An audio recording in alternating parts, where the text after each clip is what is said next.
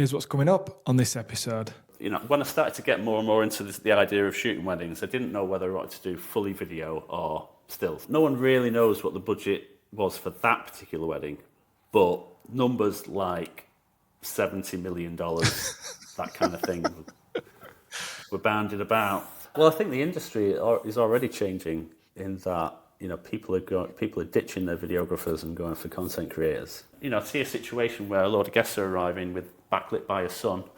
I'd be like, I could do a gimbal shot of that. Just flip it up and do a gimbal shot with the sun like flickering between them.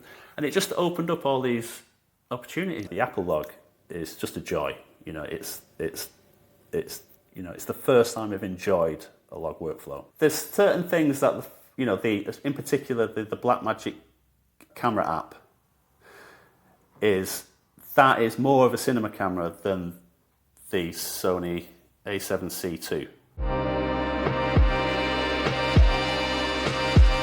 It's the How to Shoot Hybrid podcast discussing topics around photography, videography, content creation and running a creative business. My name's Jules, and on this episode I'm having a chat with Jeff from Jeff Wood Visuals, who was a massive inspiration to me when I came into the industry about 10 years ago. No, there wasn't many people. Don't hit me with that straight away. There wasn't many people kind of doing, 10 years ago, there weren't that many people doing kind of more modern style wedding videography. So, I was just looking out there for whoever's doing stuff. There's obviously loads of American things to watch and look at, but in terms of UK based, there wasn't that many people doing it. So yeah, your name definitely was in the mix for that. So yeah, I'm really excited to talk to Jeff because not only is he one of the pioneers of wedding videography, like the more modern style in the UK, but also because listening to him on other podcasts, and I know he's been doing other things to kind of innovate with where the industry is going today. So, hello, Jeff. Hello. How are you? Good. Thanks, mate. We've never met in person, but obviously I know who you are. You don't know who I am, but that's cool. So it's great to have you on the podcast. You sound like a decent northern lad, so you're all right with me. That's right. But I'm from wrong side at Pennines, I think, mate. I'm from wrong side at Pennines. There's always. I lived in You're in Cheshire. I lived in Sheffield for a while, so I'm. You're all right. You're all right then. Well, I prefer. Don't tell anyone, but I actually preferred Sheffield to Manchester. Oh, you're not allowed to say that. I'll cut that bit out just in case anyone who knows you listens to it. Go on then. So tell us a little bit about your kind of yourself and how you got into the industry, the wedding videography industry. Well, like we were just saying a minute ago, it's all about the toys. Yeah. Years and years ago, I had a project in mind. There was a story developing, and it was a story personal to my family, and it was like a massive, massive story. And I wanted to make a documentary. I had no experience whatsoever. I used a handy cam while scuba diving, and I kind of like took an interest in editing, from playing with that. And I thought, right, if I'm going to make this documentary, I need to do it on a professional camera. So I went out and bought a Sony EX1. Do you remember them?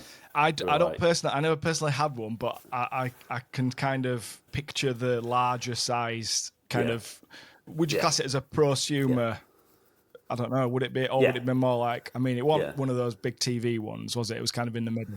No, it was prosumer. They have shot movies on them, I think. That didn't look very good. It was basically the first professional video camera to use solid state memory. Oh wow! Yeah. So that was exciting. I thought that was the future. So I was like, right, I've got to get one of these. As it happened, I had one of those. Those when they used high 8 tapes. I had one of those, but that was shit as well. So, and it cost a fortune. So I thought, God, I need to justify, spending all this money. Yep. So I thought I need to, make some money from the camera. So I looked into shooting some weddings. First thing I went online and Googled EX1 wedding, and I came across some pretty decent work there were some Russian guys. I can't remember what they were called, but they were shooting through a Litus depth of field adapter, and it's the whole thing looks like some kind of weapon from Aliens when you've got all that on it. But it looked cool, and I was like, oh, that's amazing. And Ray Roman was around at the time as well, doing a completely different style that he does today. But it was different. It was cool. And then around about the same time, the 5D Mark II was coming out, and I was massively interested in that as well. And I actually thought, I didn't know whether, when I started to get more and more into the idea of shooting weddings, I didn't know whether I wanted to do fully video or stills. Yeah. So, I bought the 5D Mark II, and obviously, when I shot a few weddings on both, and the 5D Mark II just looked, so much nicer. Obviously, not as sharp, not as much dynamic range, not as much bit depth. So on paper, it should be terrible. And it looked soft and it looked, cartoony, but it looked beautiful. So pretty soon I just sold the EX1 and went full 5D Mark II. Right. Much to the dismay of the industry. Everyone told me that there's no way I'm going to be taken seriously. And it's just weird how much kind of backlash there is when you do something that appears to be different, unprofessional. Right. Yeah. Yeah, it appears unprofessional. Turning up to a wedding to shoot.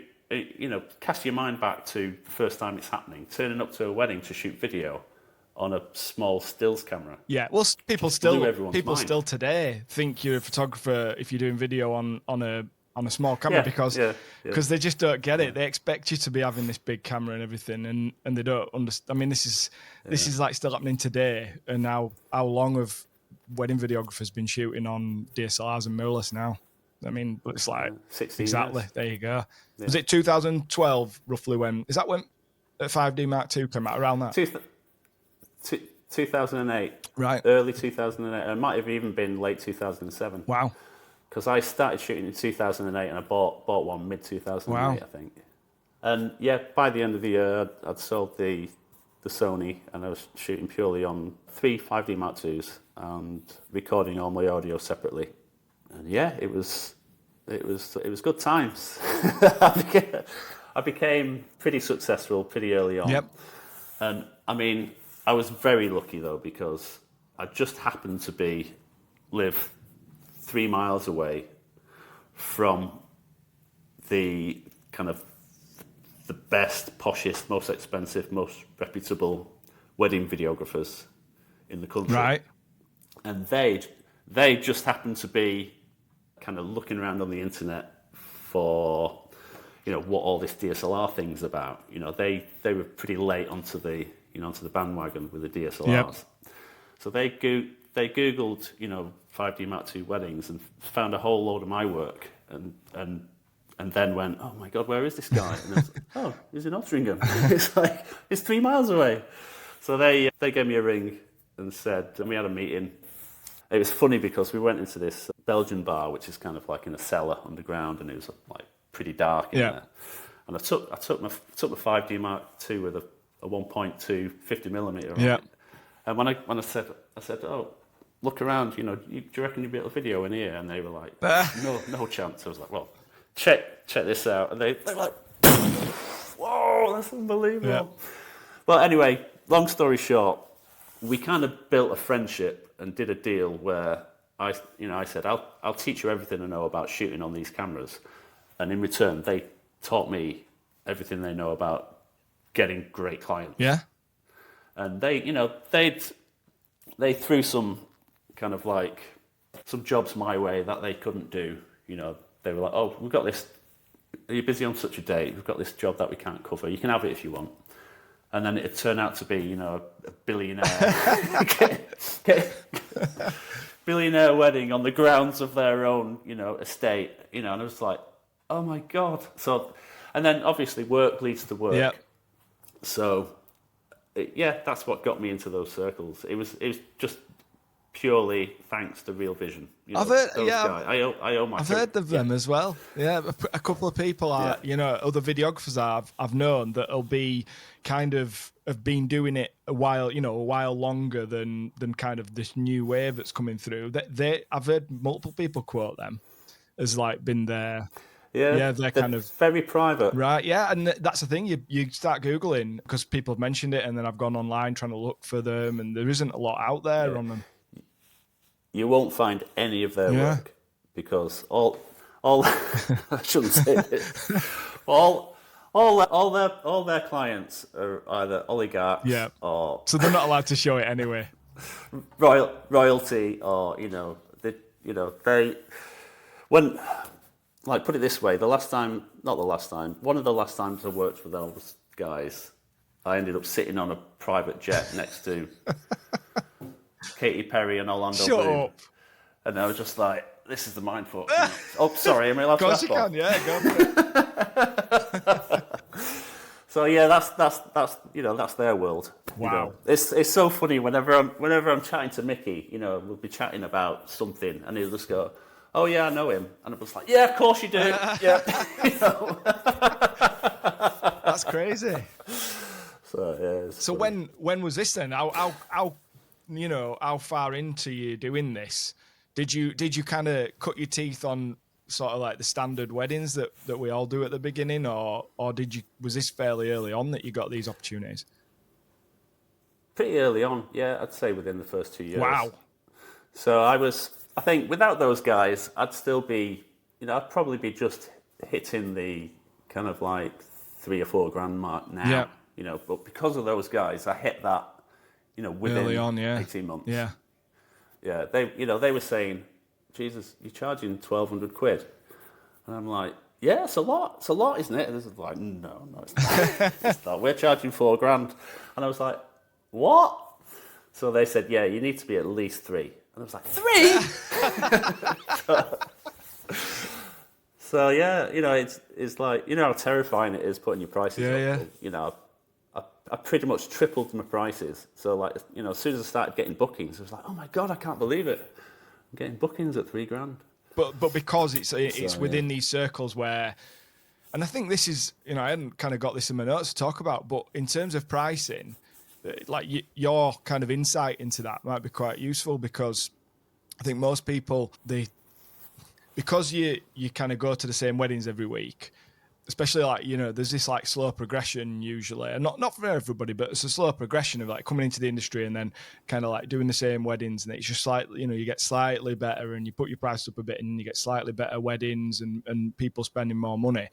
But it's kind of a very slow progression, and I think your mind's not really opened to like these people that live in a different world to what we do, where they've got like millions and billions of pounds, and so to them spending $5,000, $10,000, $20,000 on a wedding videographer or wedding photographer is nothing. It's it's not even the same as spending £500 on one for somebody who ain't got any brass. So so how did you go about that? Did you kind of just, they told you need to be charging at least this, and then from there you were just you just started to work with these clients and realized how much, you're probably working with planners at this point as well, and you realize how much money's getting spent. To be honest, I froze at $3,000 Right. for years and years, because I was just really happy with the clients I was getting, and I was seeing my mates working for people that they didn't even meet, and being stressed and having all these stories of like coming back from an abroad trip, just all with PTSD, and I just thought, you know what, I'm going to stick with my clients. You can keep you might be getting $20,000 for that gig, but 4 of you are spending a week in Italy to get it, and then the edit is crazy because some of these weddings are just mental, and their clients expect them to shoot until sunrise. It's pressure. They'll be like, "We've paid £1 million for this DJ, and he starts its set at 3 and ends at 6, and you must capture that." And it's just, I'm too old for that.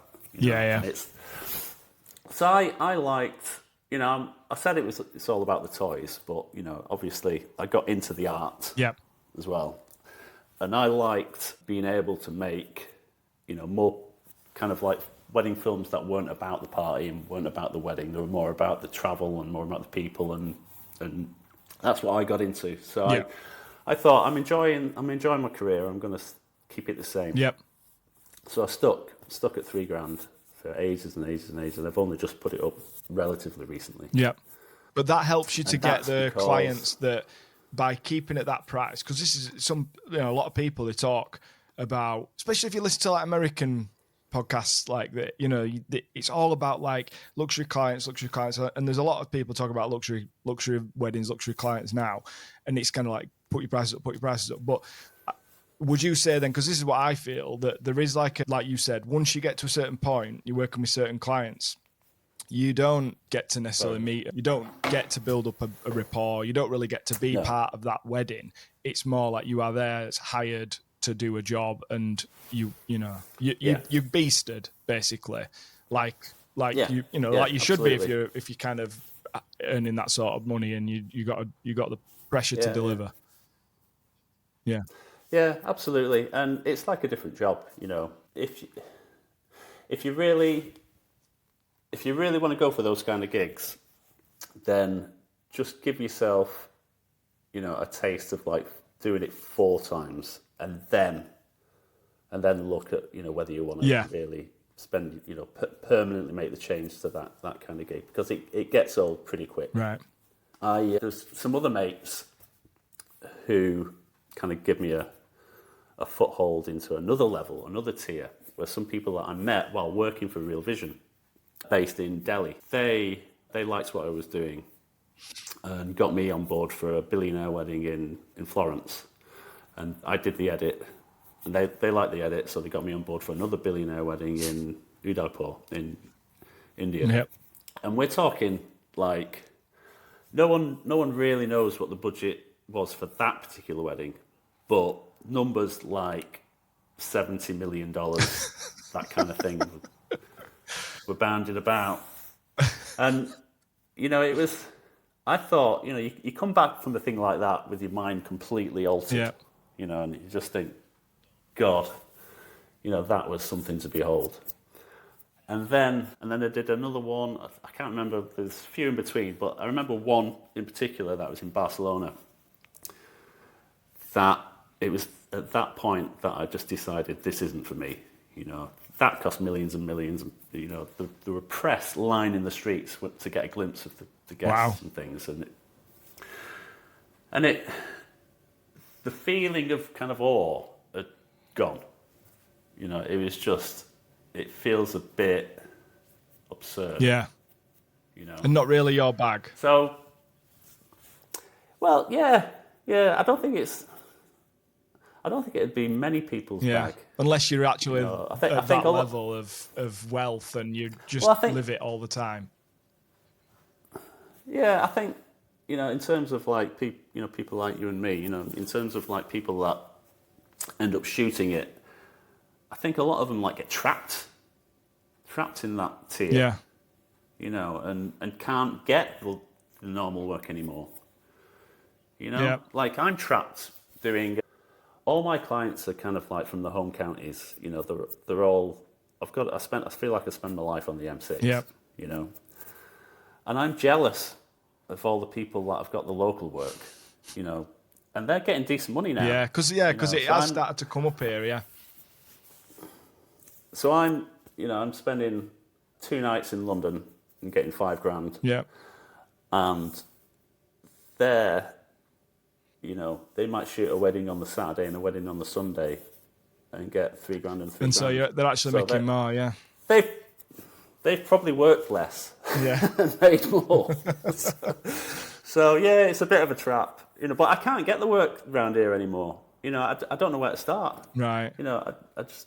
It's a slow process as well, isn't it? Of like working in with the venues and working in with the local suppliers and kind of like building that network up, because especially if you've already got that established network, you might be having to travel down south for it, but you've already got it. Yeah. And so you're not having to work hard to get those jobs, but you would have to if you wanted those local ones. So Yeah. I found the same thing myself. I'm not saying it's on the same level. I aren't really working with planners, but I've kind of over time used things like Instagram ads, and because like I wanted to earn a certain amount, it was just easier to sell it. Like when people up north were, it's starting to change now, but before, over the last sort of 5 years, when people down south would like inquire and you send the prices out, it's fine, and then but you send the same thing up north and it's too expensive. And obviously there are a lot more venues down south that are they're used to kind of being more, everything's more expensive, so it doesn't stick out. Whereas obviously it's, Yeah. And there's a tier. I mean, I wanted to mention before, but I forgot. Talking about price, by sticking to £3,000 a day, it'd be. So if it's a multiple wedding, there'll be more, yeah. There may be like £1,000 for the welcome dinner, or two, then £3,000 for the main day, and then maybe £1,000 for the next day, or £2,000 for the next day. So in my mind, it wasn't super cheap, but I lost a lot of work for being too cheap. Really? Right. So I've got friends, I'd have photographer friends that'd say, Jeff, I've got a gig for you. They're looking for a videographer. Get in there. It's, some like super rich Saudi family. And then I'd have a phone call with the planner. And then the planner would ghost me straight away. And I found out later on it's because, no one will take him seriously if he's charging £3,000 a day. It wouldn't touch me. Wouldn't touch me because of the price. Wow. Not even look at the work and, and find out a bit more. It was just a case of, that's not enough. Yeah. So that's it, isn't it? It's just about, there's these tiers and there's these expectations of like, well, this should cost that much. And it depends on the circles that you're moving in and kind of the clients that you're working with. And that's more determining the price than the standard of your work or, how established you are and all the rest of it. Yeah. Absolutely. Yeah. Absolutely. I know a photographer who's, he won't mind me mentioning his name, Liam Crawley. Yeah. I couldn't believe what he's charging. When you look at his Instagram account, you think, and he goes all over the world. I wouldn't be able to afford this. Yeah, I just assume like I wouldn't be able to afford this. This is world class. I'm thinking he must charge tens of thousands, and he doesn't. He charges like I don't know what he charges, but it's just he probably charges a similar amount to most of the people that we're working with. Yeah. So it's that's a wasted talent. He should be like sought after by all the main planners. He could be. I need to. But is he getting? Have a word with a few people. Is he getting work with the couples that he wants to work with, and that? Yeah, that's it, isn't absolutely. it? It's this kind of a motivation absolutely. of like, this is it. This is a sort of nice price where I'm happy for the amount of work, and then there's an element of at least I still get to work with couples that I can kind of bond with a bit more than I never speak to them until like the day of the wedding, and then I spend 10 minutes with them on portrait session. Yeah, absolutely. I think you've hit the nail on the head. Yeah. So rewinding a little bit, you talked about, you mentioned previously that there was a point where you were looking at the 5D Mark II because you were thinking, do I want to do photo? Do I want to do video? And I wasn't really expecting you to say that. So go through that a little bit with me. This is obviously way back 2008 type time. Yeah, I quickly just got addicted to video. Yeah. That was a brief little thing. That's why I called my business Jeff Wood Visuals. So that you could do photo. It could be either.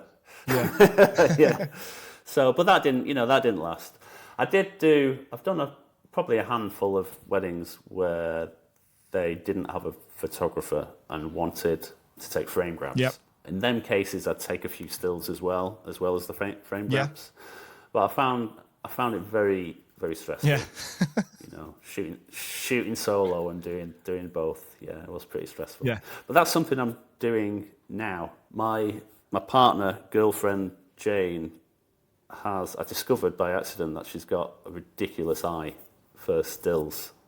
Shall I tell the story? It's a funny story. Go for it. Actually. Yeah.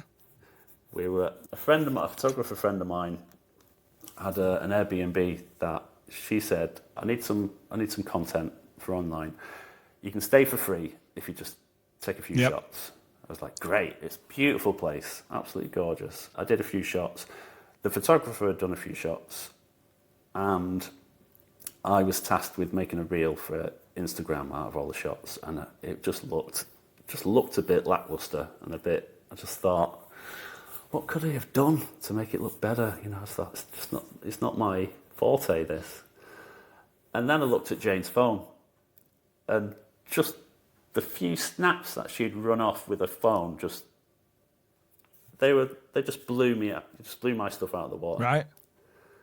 And so I ended up making the reel just from her snaps. Right. And it looked so much better because of it. Because I wasn't concentrating on the right things. You know, I was trying to put a cinematographer's eye on it and doing these slow movements of the space. Whereas Jane had just taken what she wanted to remember, you know, the details and the fittings, and it just looked professional. It just looked like, yeah, that's what you want to see. Yeah. And I thought that's what I need. You know, if I'm gonna be doing hybrid, I need someone who's got that eye, you know, to be you know, capturing details in an imaginative way. Yeah. But she's never held a camera. Hence, I bought this Sony. It's for Jane, really, because, you know, I want. we've got our first gig coming up in August, so it's about time she picked the camera up and started. That's cool. So what's go on then? What's the plan there then? Like, funnily enough, so just to kind of give you a bit of background, like I work, well, for many years, me and my wife worked doing this full time together. She's got another job now, but she still does some weddings with me. But I mean, she'd never used a camera in her life, and she had no idea about anything. It sounds exactly the same. And I realized that she had a really good eye for stuff, but I didn't actually know that until I said, "Can you help me out with this?" And like just gave her a camera, come to a wedding. It was really early days when I was kind of building my portfolio, so it wasn't charging much, and it was kind of a case of just, I need you to be at the back, you know, press record when it all starts. And but then she got other bits through the day, and I realised how good her eye was at it. And she obviously, I think to this day, if I talked to her about technical stuff like change the shot, she's always shot fully manual. But if I say the shutter speed needs to be this, unless I give her the exact amount of to change it to, she won't know the technical thing of like, I need to change this to do this. But sorry, did you say she shoots fully manual? Yeah. So she's shot for the last 5 or 6 years. She does it by instinct. So like I've said this one does the shutter speed, this one does the aperture, right? Don't really change this one, but if you need to change this one, but don't let it go below this number. That's basically the rules that we've worked under. And then she's just worked it out. But like in terms of if you asked her to explain it to somebody, she wouldn't know how to explain it, but she knows how to do it instinctively. It's weird, but it's worked. So yeah. Well, I think it's photography and filmmaking. It's art. Yeah. I think the more you learn, the more technical stuff you learn, the worse you become. I would say that's true for me. Kurt Cobain, he never learned, how to play guitar. He just did it by instinct. Yeah. And, so I remember there's some quote, from him about that, which I wish I knew now. Cause it sounds good. Really cool. But yeah, I mean, yeah, there's something to be said for that. It's you have more happy accidents when you're just playing. Yeah. Yeah. So tell me about you and your missus then. You've got this gig coming up August, did you say? So what's the plan with that then? Yeah. That's a really lovely wedding in Urbino in Italy. Right. It's for a family that I've shot for before. and we've had a Zoom. I've been totally transparent, with everything there, even with the phones. They've said they're dead excited. I mentioned that I might be shooting just on iPhones, yep. And they were like, "Oh, that sounds interesting." That's that, And they were talking about photography, and I said, "Well, Jane's got an eye. I'm going to train her up. And they were happy to be my first clients. Brilliant. For the hybrid package. Now, they were right to trust me. You know, I know for a fact the work is going to be incredible. Yep. You know, I've looked at Urbino on Google, and it's just, you know, Stunning. it's just typical Italian. Yeah. So it's going to be easy. It's going to be easy to make an amazing film. And, you know, even the frame grabs from the film would be usable. Yeah. You know, and the fact that Jane's there getting details as well, you know, all the things that I'm not thinking about, you know, I've got bags of confidence. Yep. You know, so yeah, it's going to be a good gig. Yeah. And it's you know, it'll be lovely to go, you know, as a couple. Yeah. You know, I got so sick of traveling alone, you know, so it's going to be, you know, I really see it as a turning point in my career. You know, I'm going to start really enjoying it again. Yeah. That's the thing. I for years, you know, me and Lindsay would be able to, you know, it was abroad sometimes, but it was obviously like, even if it's just in this country, just having someone in the car, you're driving places, and then on the day, just having someone to have that kind of like banter with, and not have all of the kind of stress of the day just resting on your shoulders. Obviously, if you're working with another photographer, I guess you could say it's the same thing, but you're not really working together. And what I found is it's good to work in sync. You know, you kind of got the same goal. Yeah. So absolutely. That was it's going to be so much easier. You know. Yeah. How many times have you been with a photographer who's, you know, a good friend, and they've gone exactly in the wrong spot, and you're like, yeah, I don't know how to say, but can you just, you know, now I'll be able to say, you know, plan it all out beforehand, and, you know, and be on the same team. Yeah, and that's it. That's basically why I started offering both photo and video in the first place. It was a business decision, because as kind of a family, you know, working in it full time, we got both sides of the money, but also that I love working with different photographers and videographers, whichever service I'm offering. It's great to like meet people, but there is that element of being able, like you say, being able to plan it and being able to execute it the way that you would do it, rather than having to kind of compromise sometimes just so that you kind of work well with the person that you put with, and you don't know who that person's going to be till the day sometimes. So yeah, that's really cool. We're going to rewind a little bit to you've kind of been doing the video stuff, and you've well established, you're working with these great clients now. So you started doing kind of other bits industry wise. You started getting involved in you were a judge in that for a few years. Is that right? Yeah, still am. Yeah. So how did that come about? Did you enter the competition and like win it at some point, or did you just become a judge? Obviously, this is probably pre me being in the industry. No. I entered on its second year when Richard Wakefield was the judge. Right. And I entered because he was a judge. Who's Richard Wakefield? So I thought he left the industry years ago, probably a decade ago. But he ran a thing called the Wed Film Academy. Right. So he was educating and, you know, judging, and, you know, so, and he was friend. I did a joint workshop with him and Real Vision. So we teamed up together and did this thing. And so he was judging this competition, and I thought, oh, well, he knows his stuff. Yep. I'll enter. But at the time, the TWIA point system that cuts off like half of the entries cut me off. Right. So I didn't actually get judged. Is that like so you get scored, or you get scored, or was it that bit? Yeah. Yeah, you get your clients to fill in this, you know, this score sheet, and if you get 10 out of 10 for everything, you go through. If one person gives you 9, one person gives you 9, you don't. Yeah.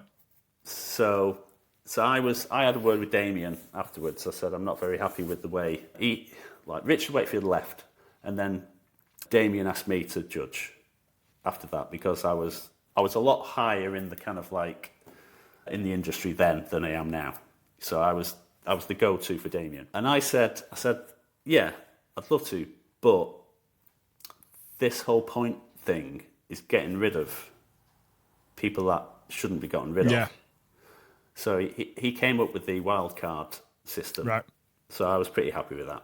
So, then, if I've got a load of people that have been knocked off, then you can look through them, and if one of them is a potential winner, you can wildcard them and pull them through. Yeah, that makes sense. So that's why that came about. Yeah. So yeah, I did enter, and I didn't even qualify. But you ended up as a judge, so it all worked out at the end. Yeah. So obviously, like on the back of that, then have you done kind of? I think you offered mentorship, or you still do offer mentorship. But like, kind of, how did you kind of get into that? It was a friend of mine asked me. It was James Tracy. He'd recently switched over to video from photography. Yeah, I know James. And he just asked me. He just said, "Have you ever thought about doing mentorship?" I said, "Nah." I've done a lot of workshops. I've done it to death. And I started getting pissed off with workshops because it became obvious that everyone was there just for the piss up. So my workshops kind of developed into workshopless workshops. It was just a social event. Basically. Yeah. So we'd basically just all, rent a beautiful, like house in Spain, just all go for the weekend and just chill. You know, just chill, have a drink, talk shop a little bit, but not too much. But it was basically, that that's what that developed into. So when James said, would you do mentoring? I thought about it, and I thought, you know what? No one learns anything at a workshop, because you go, you just sit there and listen to someone talk about themselves for a day, and then you go away and just think, well, he's a bit of a twat. That's it. So I thought, if I get a year with him, maybe, that could make a big difference. Yeah. And it was good fun. It was really good fun. And it was nice to see. It was nice for me to go over everything, It was almost a learning experience for me, just to learn what I know. Yeah, because you've probably never gone through, well, what do I actually know? You've just sort of been doing it for, like, well over a decade, and you get to kind of consolidate all that. Yeah, and it was nice to see, how much he improved. It's great. Towards the end, we sat down and looked at, his last video he did before mentorship, and then his last one is done recently. Yeah. And it was to see that development was really satisfying. Yeah, it was good. Yeah, you're still offering that then? And then I did to the right person. Yeah, I've done a handful. I've done about 7 or 8 or something. It did start to feel a bit laborious, It's I honed it because it became obvious when I was mentoring someone who was already pretty good, and it got to about she'd booked a full year, the full 12 months, and I'd visit for a full day once a month, and there'd be other things on top. Yeah. And after about 4 months, I was just like, my work here is done. Yeah, you don't really know what else to kind of provide. Yeah. So it got to so then the next one that inquired, I'd changed the package. So I'd said it's so much per month, or if you book multiple months, you get a slight discount if you book 3 months, and then another discount if you book 6 months. But that was it. I'm not going to do a year again. I don't think that's necessary. So I mean, I've got two hot inquiries on the go for one-offs. So other than that, there isn't any mentorship going on right now. Yeah. But I'm getting my passion back for actually doing the job. Yeah. So I think that's where my passion's leading me now. Where you're spending kind of focusing your kind of creative mind a little bit more on that, and kind of yeah, it's hard, isn't it, to do all the different things. I think I need stuff going on the go all the time. I seem to, every time I think I'm gonna have a bit of just focus on one thing, I tend to just find myself taking stuff on when I don't need to. But I think it just seems to work better for me like that. But yeah, I can definitely see the benefit of sticking to sticking to one thing and really focusing on it. Yeah. So we'll segue into, I'd heard you on some of the podcasts talking about using your iPhone in kind of within your work. So mixing it in with your other cameras, using it for weddings, like, and obviously like we're not just talking about kind of content creation style, but like cinematic style. So I think that'd be really interesting to talk about, because obviously the industry is always changing, and there's always new technology and there's always new approaches. And I think actually at the moment we're in a place where there's more approaches and there's more styles in terms of like how people are making wedding films. I'm doing wedding photography than there ever has been, but people usually stick to what they know in terms of how they go about it. So apart from kind of the DSLR to mirrorless transition, which I think isn't that much of a transition because they're essentially the same. It's the same thing, just with a couple of bits changed inside the camera. And then obviously you've got the permanent live view. But other than that, changing that, it's changed photography, I think, more than it's changed filmmaking. Right, yeah. And for me personally, I started 2015, 16, I kind of started doing this. And my first camera was a Sony a6300.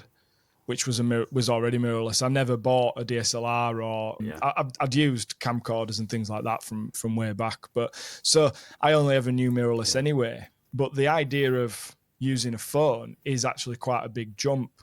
Yeah. Because well, sorry. No, go for it. I was just going to say because it is a very different form factor and a very different way of doing things. It's not there's not as much show, is there? Yeah. You know, like a lot of the gear that we use for filming stuff it's a show, whereas this is more like it's stripping it back and just thinking about like those principles. Yeah, well, it can be a show. You know, you can kit it up. Yeah, you know, there's no end to what you can stick on a phone. You know, you can have, you know, have you seen the behind the scenes shots of 28 years later? I haven't seen the behind the scenes, but I looked at the trailer. And I heard you talking about, on another podcast, I heard you talking about a particular brand of lens that you can get. And I saw the massive lens that you can stick on the phone. So I'm guessing it's stuff like that. Yeah. So it's, you wouldn't know it's anything different to any other cinema camera until you zoom right in and see that, you know, there's a phone in the middle of it. Yeah. Because they've got all the same gear that they'd use if it was, you know, an Alexa in the middle. Yep. You know, it's just all the same. So and when I have shot with the phone, it's been in a cage with a small anamorphic lens on a gimbal. So it's no one really, unless you look closely, no one knows that it's a phone. You know,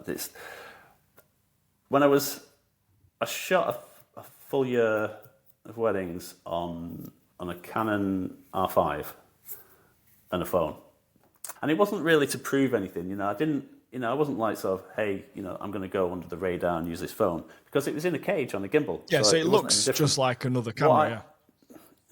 Yeah. The whole reason was mainly the cheapness of the anamorphic lens that you could get for it. You know, I was interested in that. I was interested in the codec. When I tried the Apple log, it was the best log I've ever used. Right. Wow. You know, I struggled with S-Log when when the A7S first came out, and it became unenjoyable. So I ditched it and started using, you know, other methods. Yeah.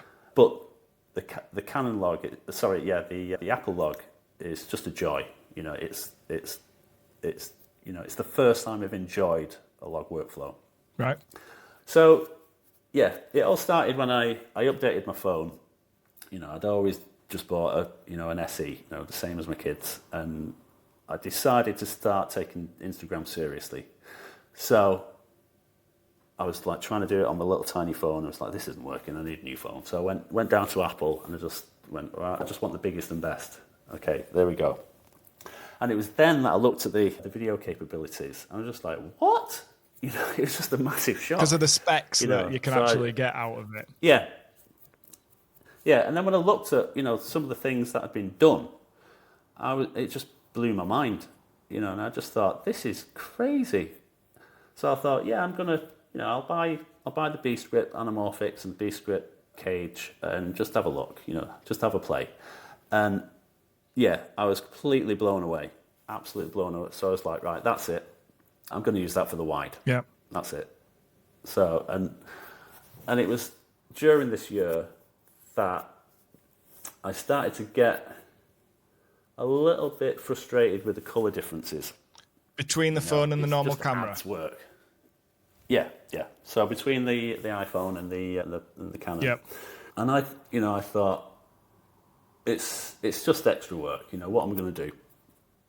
But just for a laugh, I shot a wedding only on a phone, just to see if it can be done. Just for the fun of it. Yeah. And the client was well into it, and it was a brilliant experience. You can imagine. I've gone from running around with a gimbal dangling off my belt and a Zacuto stock, thing with a 7200mm lens on. I'd gone from that, and like sort of having gear all over the place and, being all sweaty and going, oh, what should I... I'd gone from that to just having my phone in my pocket. And I enjoyed the challenge because it changed my shooting style for that gig. Yep. It became less kind of like less movie inspired, even though some of the shots through the 58mm looked like a movie. So I was surprised at that, but it became more movement. I kind of used a lot more movement in situations just off the cuff, whereas if you're using a gimbal, you've got to plan ahead, haven't you? You've got to think, oh, I'm going to use the gimbal for this bit. Yep. Whereas with the phone, I was in a situation where there was like a thimble-sized lens on that I could stick them both in my pocket, and just chill out. Or I could take them out, sit the lens on with just a quick bayonet fit in, Yep. and shoot 58mm, run and gun, and then you could just flip it up, stick it in sports mode, and just do gimbal shots. And it was just, having them situations where I could just jump out of the back of a car, do a gimbal shot, and then do other shots, and then, see a situation where a load of guests are arriving with backlit by a sun, I'd be like, I could do a gimbal shot of that, just flip it up and do a gimbal shot with the sun like flickering between them. And it just opened up all these opportunities. Yeah. So, yeah, it blew my mind. And I thought, right, that's it. That's the solution to this colour difference. I'm going to get rid of the Canon and get another couple of phones. Yeah. And yeah, that's still in flux. I've got that first gig in Italy. They're more than happy for it to be all on phones. And I think even just today or last night when I was playing with this new Sony. Sorry, is that me? Is that an email? I discovered again how good the phone is just while playing with the Sony. In terms of like you were comparing them side by side, and you were actually thinking, well, I'm not sure the phone's. Yeah. I think the phone might be better. Yeah. There's certain things that in particular the Blackmagic camera app is more of a cinema camera than the Sony A7C II. In just in the fact that I've got this Blazar 50mm anamorphic lens, and there's no way that the camera can do a D-squeeze, even for monitoring. Whereas the Blackmagic camera app can do the D-squeeze, record in D-squeeze, and it can record in log with a monitoring LUT, or it can bake in the LUT, any LUT you want. Hang on a minute. You're starting to blow my mind here because I've never played with this stuff. So just yeah. So you're not having to take this footage that looks funky and put it in your editing software and then de-squeeze it and then grade it. It's doing that in the camera app. Yeah. Whilst you're shooting. Yeah.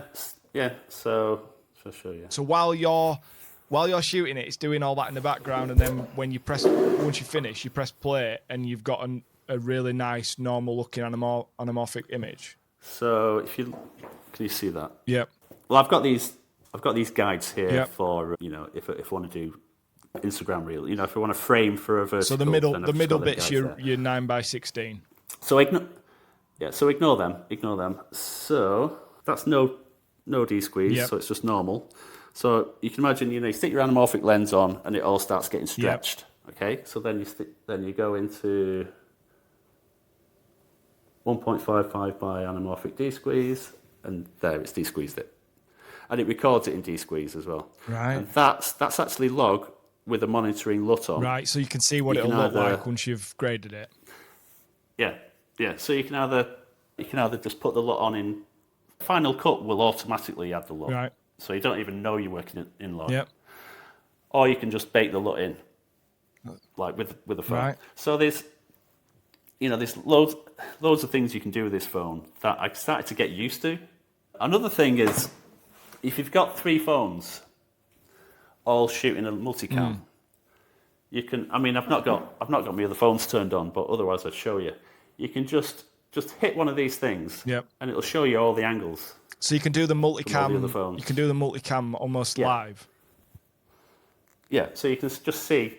You can't do the cuts. You can't do the cuts, which I'm sure you'll be able to. I think you can in other apps, but in that one. Yeah, on the iPad Pro, I think you can. But for the sake of just monitoring them and controlling them. And so you can control them. So you can be in it. Yeah, so you can be in a church at the front, trapped at the front, look at your back angle and go, oh, that's slightly over. I'll just turn it down a bit. You mean you can change the exposure from the? Yeah, whoa. you've got just as much control over that phone as you have with this phone. So you can do anything, and then you can sort of hit stop when it's all finished, and on all your angles. Yeah, that's amazing. So the codec is better on this than it is on the Sony. You can shoot straight to ProRes. So it's got a lot going for it. It's basically. Oh yeah, and the screen. The screen's really good quality. Yeah. As soon as I started shooting with the Sony, I was like, "Yeah, Jesus, what? I can't even see that because I've gotten so used to that. Yeah. Just seeing a much bigger, better people are going to watch your work. Yeah, and you can see it in broad daylight as well. So it's got a lot going for it. Now, another thing is the readout speed of the sensor. It behaves like a global shutter. So you're not going to have that rolling shutter if you're moving around. Yeah. Because the sensor's that small, the readout is super fast. It behaves like one. At one of the gigs, there was a photographer shooting straight into my lens with a flash. Not a single flash block. Really? Yeah. So I was just like, well, that's it. This is a great camera. Obviously, if you want background separation, you got to work at it. So with a 58mm thimble lens on it, you've got a bit. It looks cinematic. It probably looks around about like an f4 5.8 split. Yeah. So if you're really into that super shallow massive bokeh fest, then you're gonna need a depth of field adapter. So yeah. As soon as you stick a depth of field adapter on, it becomes as big as a mirrorless. Yeah. So, yeah. So if your only motivation is to be, discreet, is to be minimal. Yeah. Then that's then obviously that just renders it useless. There's no point. But if your motivation is to have all these cinema camera features. Yeah.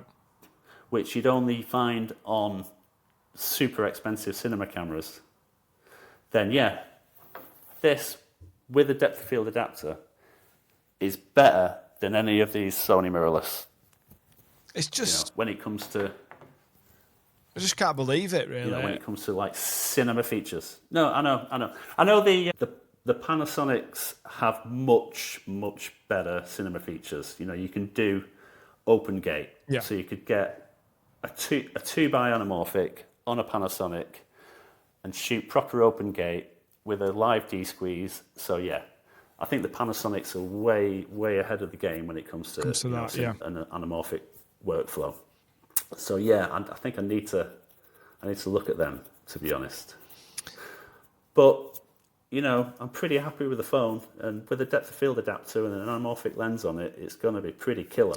And you've seen the 28 years later. Yeah, exactly. trailer. And yet you wouldn't know that was shot. Right, You wouldn't know that was shot on anything other than typical kind of cinema cameras that they'd use. I mean, I think what's blown me away a bit there is there's obviously these limitations when it comes to size of sensor and things like that. But it's the software bit that you just said there, where you can we can monitor these cameras, and yeah, you can get apps on your phone that will monitor your Sony mirrorless camera from the other side of the room.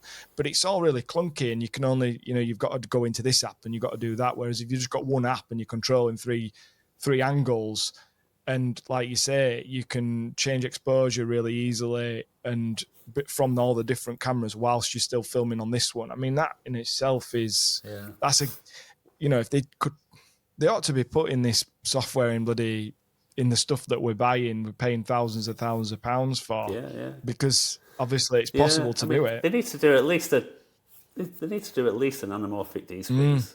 Come on. Yeah, I think the FX3 does. So I'd be tempted by an FX3 if it had a screen like that. Yeah, which it doesn't. But it hasn't even got a screen. Yeah. So I'm just like, so then you'd have to buy a monitor. And then you just create a bigger rig. It's more expense. Yeah. Oh yeah. Just remembered I've just bought four new ones of these, the Instamics. Yep. And I read that they'll connect up with the Blackmagic camera app. No way. On your iPhone. So you can record in camera as well as the backup on a solid drive. Wow. So, that's a no-brainer. I'll have to look at that as well. Yeah. So that's with the Instamic. Is that the Instamic Pro? Yeah. Right. But I mean, again, with all the different wireless microphones that are coming out, if you can link them up to the phone app, and it's just, like you say, it's for me, it's about finding you want the best, you want to get the best results, but with the least amount of faff and the most amount of efficiency. Because weddings are fast and things are happening, and you've already talked about the situations where you'll be jumping out of a car and something will be happening, and if you've got to kind of turn your gimbal on and make sure that it's not wonky, and and you're carrying all this stuff, and you've got another one hanging off your shoulder or whatever, and you've got a bag full of gear to take. Whereas if you can just kind of have what you need in your pockets or in a really small bag that's easy to take with you, that is game changing. I mean, I think. Sorry, go on, mate. I think the if it was only the sport mode, the ability to get a convincing gimbal style shot without a gimbal, that alone is worth it at a wedding. Yeah. Where you're in the situation that you just described, jumping out of a car and suddenly something's happening, whipping out, and that alone is worth it. Yeah. And they're only going to get better, these features. They're not going in the opposite direction. They're just going to get more and more stable. The footage is going to get better. They could technically put bigger sensors in there, couldn't they? I did see a phone the other day with a 1-inch sensor. It was one of the Chinese models. Right.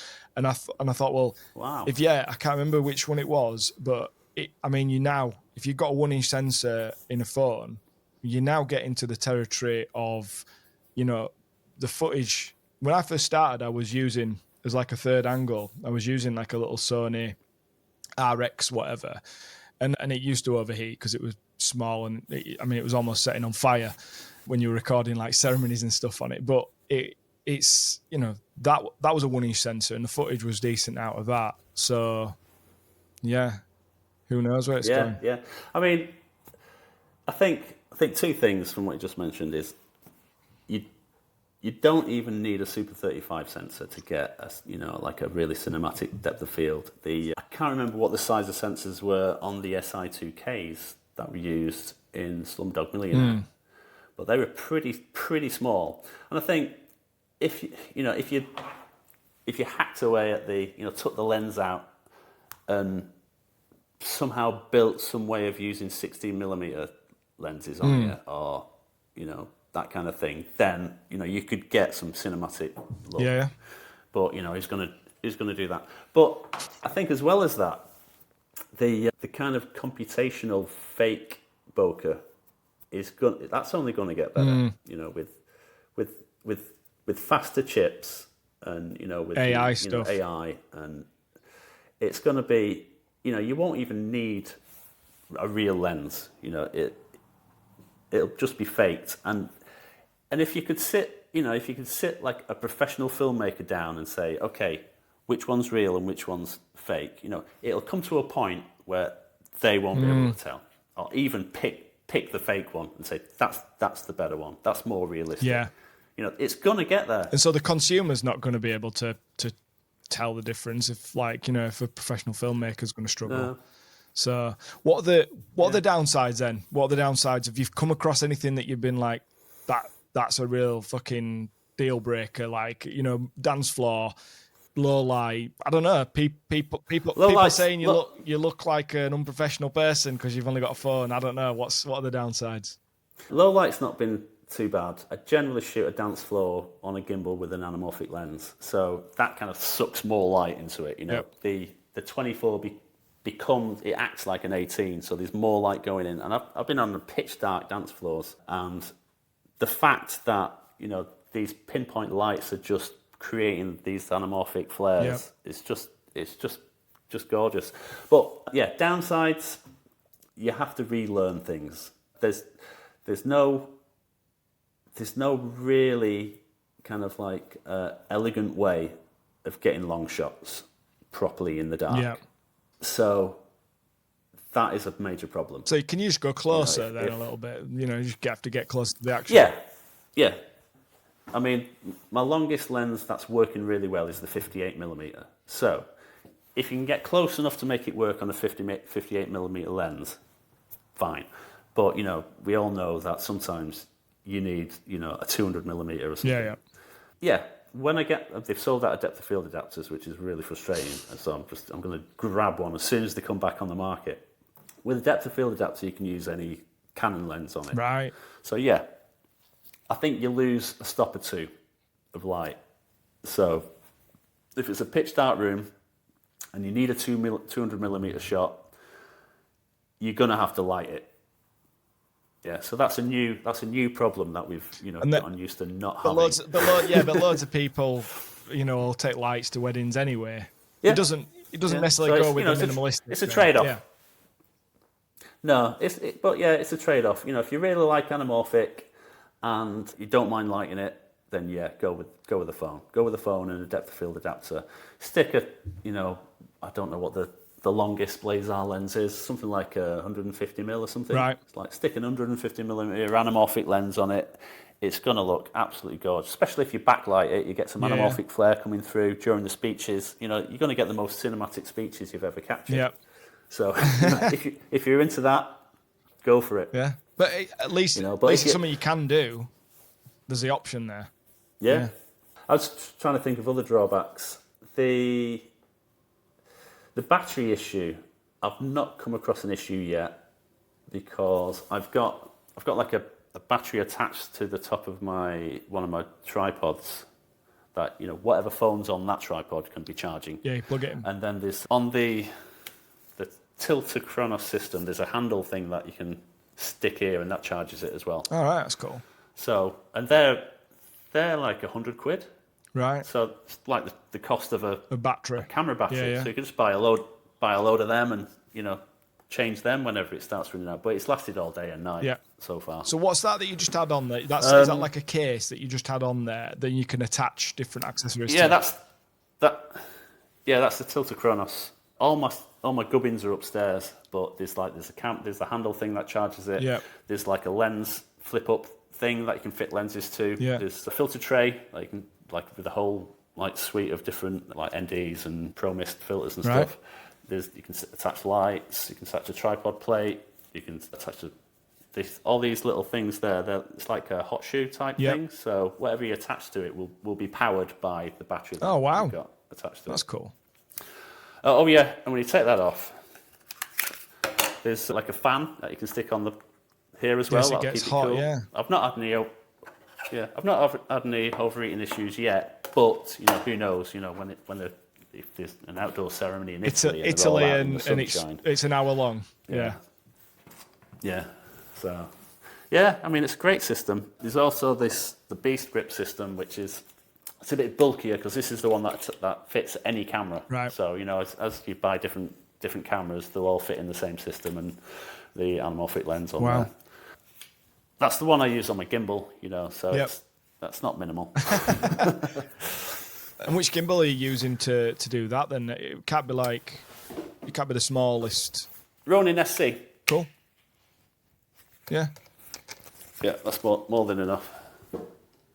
That's great, mate. So what would you say, like, if I've got my phone, I ain't got any of those gizmos and stuff on it. What would you, if I wanted to have a go at this tomorrow, where would you start? Obviously, you don't want to go out and spend like a couple of £1,000 on all these different accessories and lenses because you might not use it. But if if I were to dip my toe in, I'd say if it's for hobbying, I'd definitely go with the Moment system. So the lens that I've mentioned, the 58mm lens, is by Moment. Yep. They do anamorphics as well with different style of flares. They do like blue flares, neutral flares, and gold flares. They do wide angle. So everyone knows the 13mm lens is fine in broad daylight. As soon as it's in the dark, yeah. So if you can get like a wide angle lens, stick it on the normal lens, and that works better in the dark. So, and Moment do a case that's more like a normal phone case, but it's got the adapter to put the lenses on. So that's what I'd do. I'd get the Moment case with the 58mm, the 18mm, and an anamorphic. Cool. And you use a Blackmagic app because you think the Blackmagic app is the best thing out there. Because like Apple have got their own versions of stuff, haven't they? Like the Final Cut camera app and all that. Yeah, I've not played with that. I had a little look, and there's no log. Right. So it's it's video. Yeah. It's fine for you'd probably be all right for doing corporate on that. Yeah. But especially because you can do do this multicam thing with the Blackmagic app. Then don't use the Apple one. Cool. I do use the normal phone camera when I'm doing fake gimbal stuff because the sport mode on that beats all the stabilizer options on the Blackmagic. Right. So it's a bit of a drawback because if you're shooting with the Apple camera, to use log, you've got to use ProRes 422 HQ. Yeah. So files are massive. The files are humongous. But if it's just for the odd shot running around, then that's fine. Yeah. Cool. So where do you think that's going then? If we've spent quite a lot of time there talking about how the phones. I mean, it's from a technology perspective, it's almost making. Not saying that everyone's going to switch to a phone over using the Sony A7Ss and stuff, but in terms of the technology, where do you think it's going in terms of 5 years from now, 10 years from now? What do you think that looks like? What do you think the industry looks like in terms of how things are being done? Well, I think the industry is already changing in that people are ditching their videographers and going for content creators. Yeah, and it is a worry. It's just another thing that's decimating. The number of jobs like that are up on offer, and it's who knows? I'm preparing myself for any eventuality. I'm embracing it rather than running away from it. Yeah. I think there are with new technology becomes new opportunities. And you mentioned in your email, I think, the shot on phones idea. Yes. So I'd noticed that on your website. I was going to ask you about that. So that's, just one of the things that I've just thought, let's set this up just in case it kind of like goes anywhere, because I thought about what, the advantages are to like shooting on a phone over shooting on a camera. And one of them is everyone's got one. Yeah. So I thought, like, if all them guests at the wedding have got the same camera that I'm going to bring, do I really need to go? It's a good point, yeah. So, I thought it might be a good challenge that, so it could be, if I could get a hold of the people that are going to be shooting and give them, probably do a video call with them and teach them, how to not shoot. Yeah, the basics of not getting shit footage. Yeah. Yeah. If I'd see it as a fun challenge. To sort of get them to shoot in a certain way, and then get all the footage and make something. If you could make something that looks decent out of it, that's I'd find that exciting. Yeah. So there's that idea. So, in answer to your question, no, I have no idea where the industry's going. That's why I'm kind of like open to anything. Yeah. You're kind of keeping kind of options open, not all eggs in one basket, because it's almost like, let's be honest, who would have 5 years ago, who would have seen the whole content creation thing coming?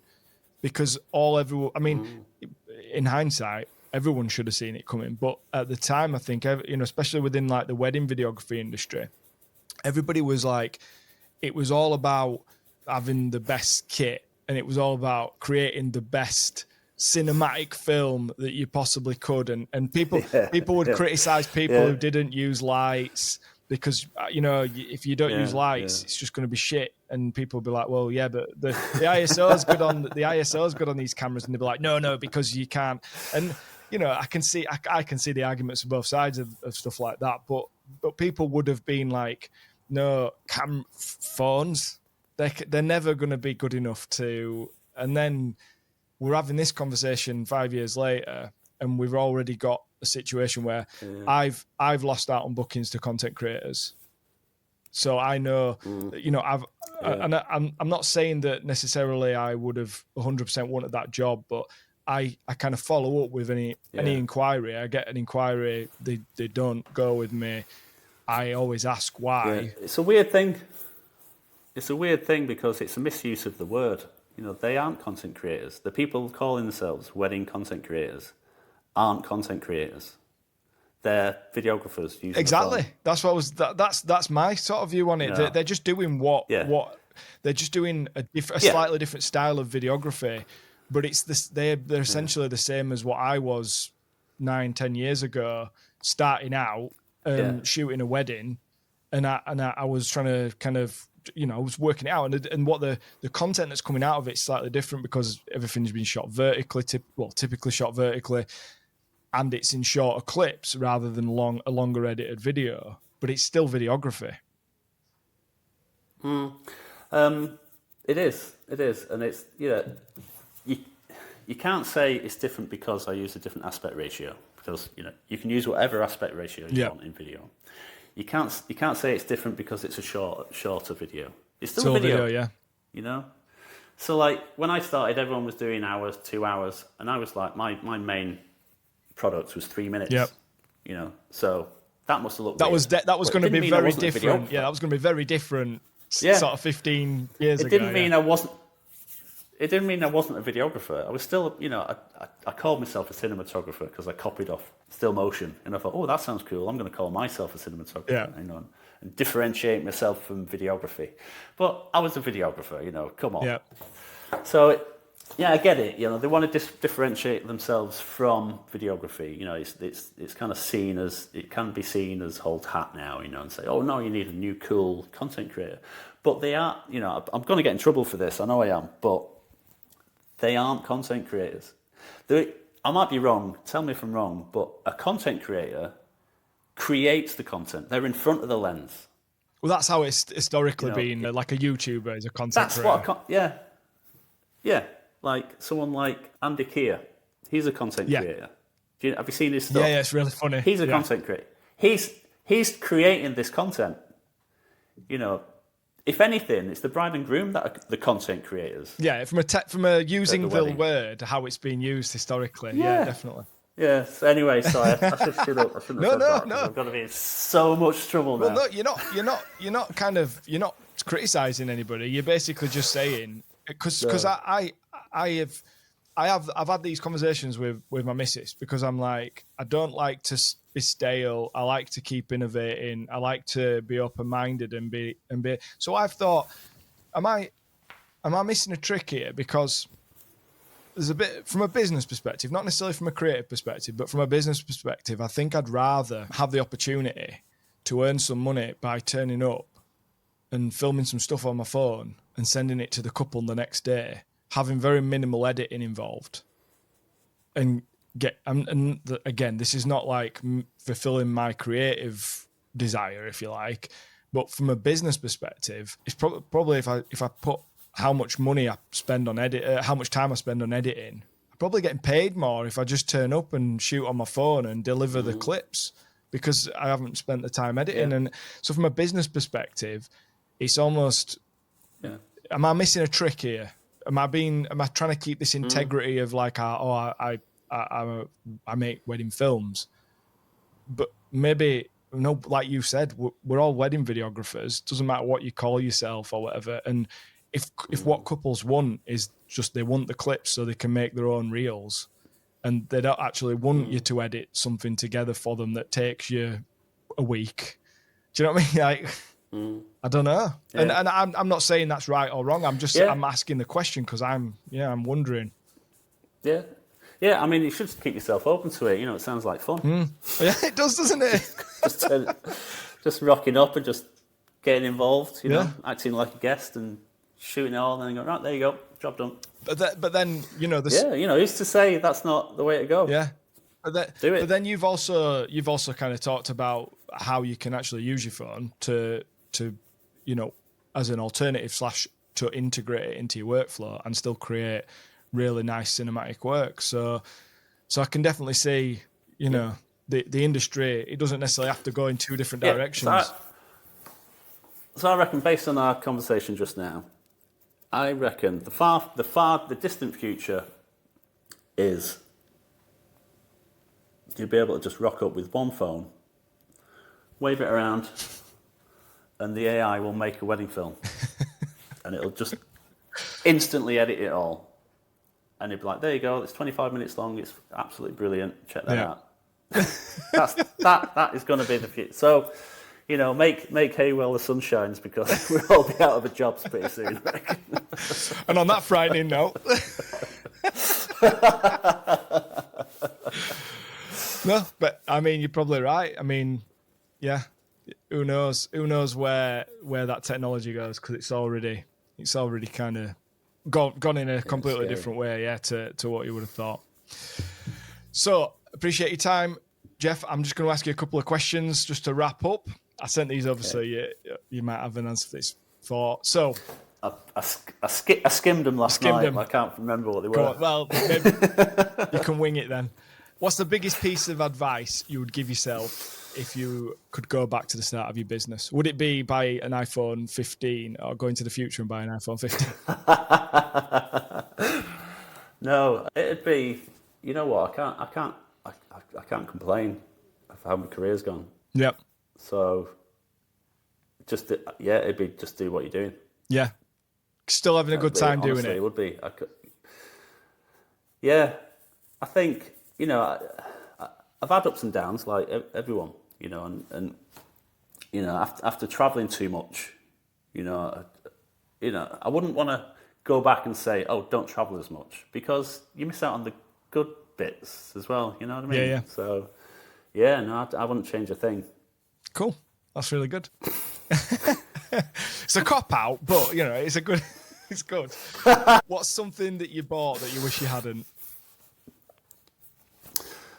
Probably the Canon R5. Right. Because it was a very expensive. It was an expensive experiment. Exploration. It was, and I learnt a bit from it, but it was a step back from the Sony stuff. You know,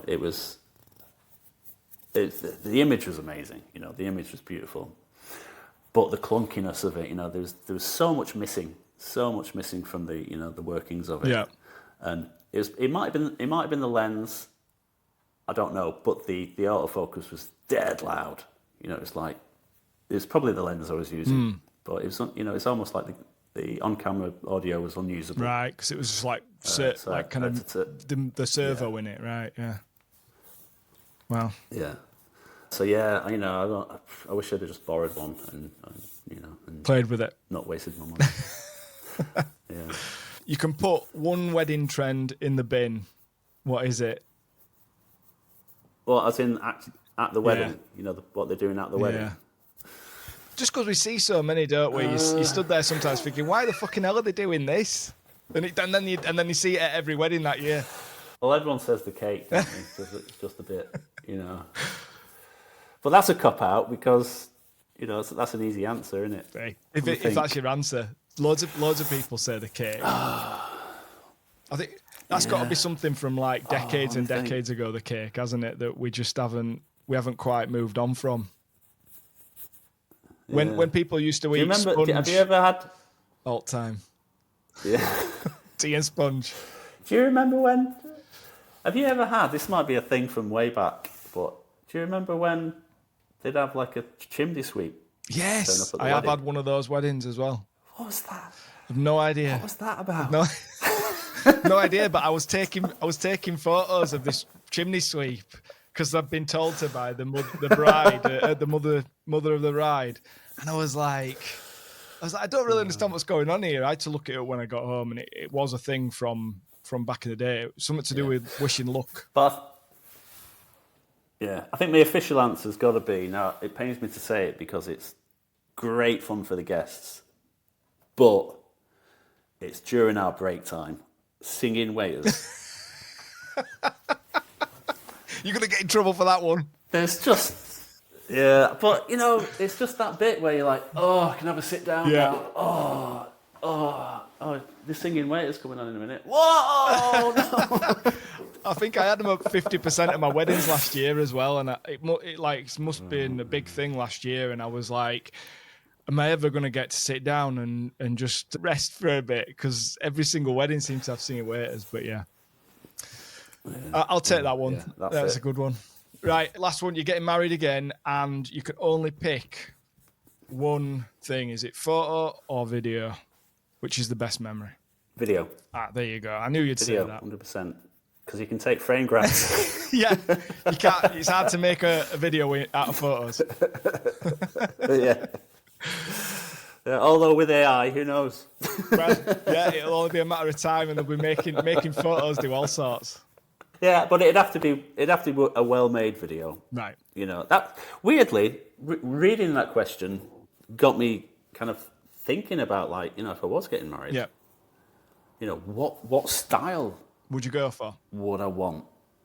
Yeah, you know, I think it'd be a more kind of flashy, kind of like reels-driven kind of style. I think, I mean, I don't know. I mean, I'm thinking out of the box here, but I think if I had like 20 like 90-second reels instead of like one half-an-hour film, I think I'd prefer it. You see, you're coming at my content creation, moving into content creation idea, Rich. Yeah, weird. Yeah.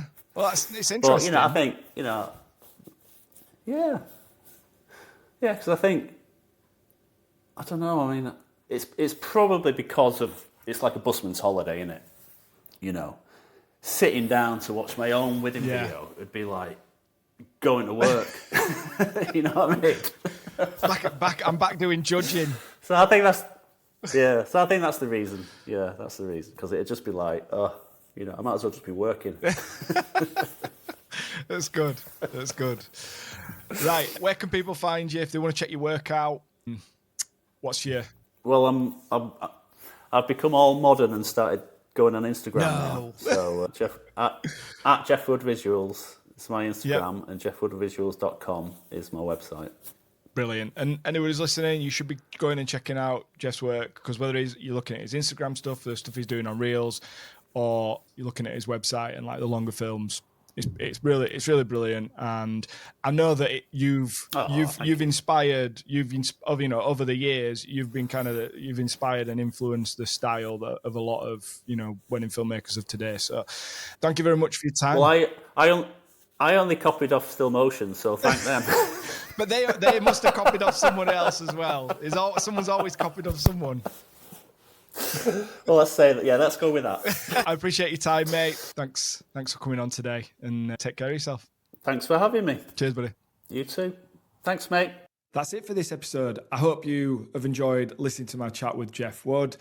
I think you'll agree he's a really nice bloke, and it's great for somebody who's been doing this for so long, who's got so much experience, but he's still kind of like hungry to learn and to try things and kind of like keep pushing forward with the times.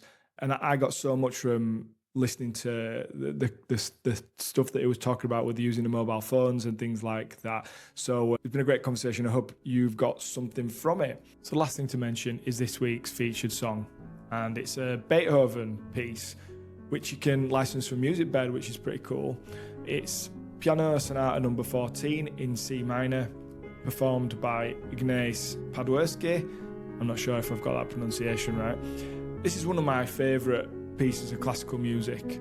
It's very emotive, and I think used with the right story, it could work really well. It is a little bit somber in places, but I know that a lot of people like to use a sort of a more somber tone to the music, and definitely kind of like that classical piano stuff.